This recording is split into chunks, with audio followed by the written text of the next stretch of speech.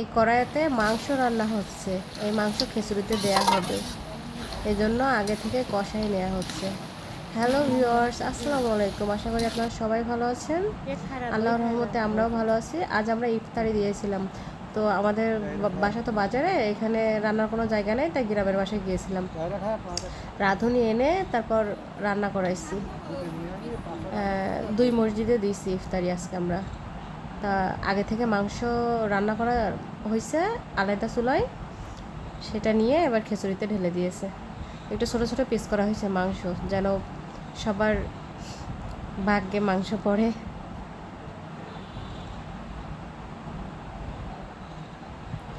আজকে খিচুড়ি রান্নাটা অনেক মজা হয়েছে।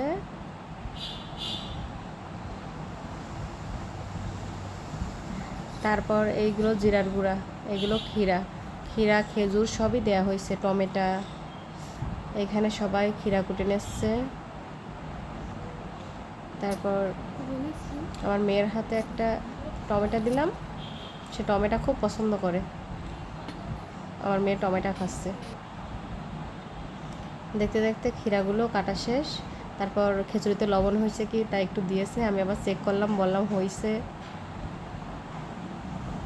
এবার খিচুড়ি বাড়ার পালা। মসজিদেও নিয়ে যায়, আবার আশেপাশে মানুষেরও দিতে হয়, তাই এভাবে পলিথিনে বেঁধে বেঁধে আশেপাশে সব বাড়ি বাড়ি দিয়ে আসা হয়েছে।